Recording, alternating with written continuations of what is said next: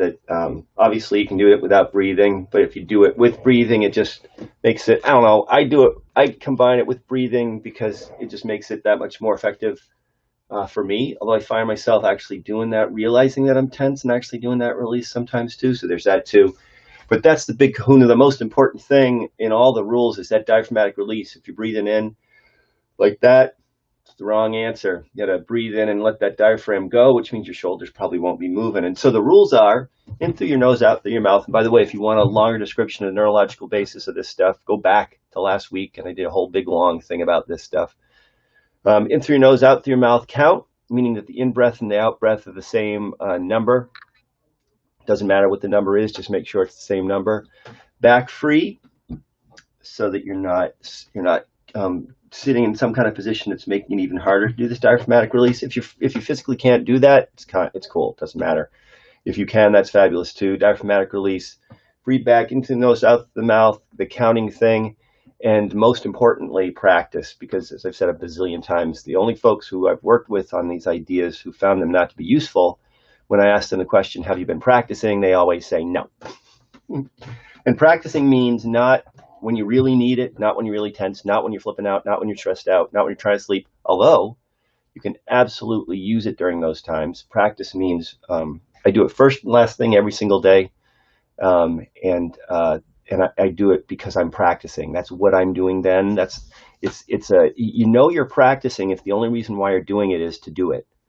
If you're doing it for other reasons, then you're not practicing. So find a time, if you can, during the day. One of the things that I generally suggest is if it can be around the same time every day, that tends to be useful because then it kind of creates the cycle of practice and kind of an awareness that that's actually what's going on.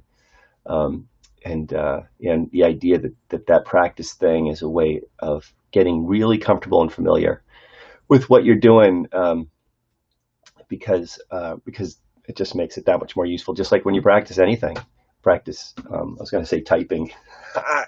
Back in the days when there was actually typing classes. Can you imagine that? There was typing classes when I was in high school.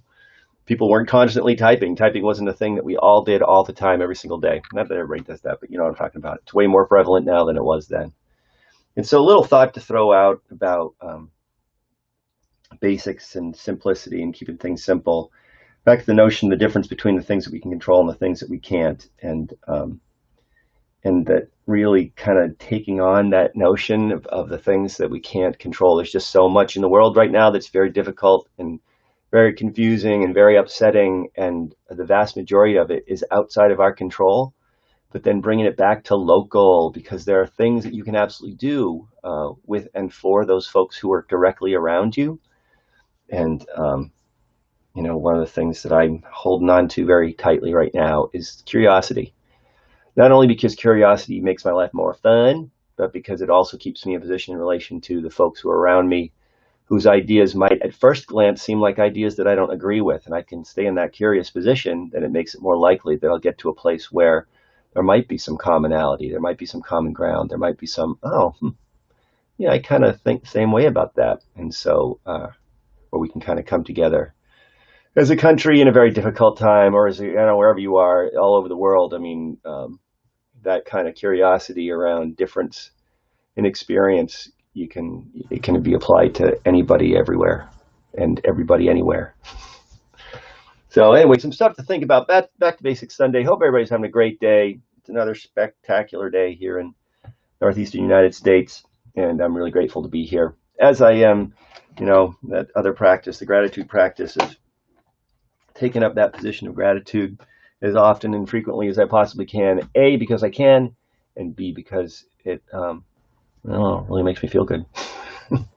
So, anyway, so hope everybody has a great day. I will be back tomorrow with who knows what, and you will see me there.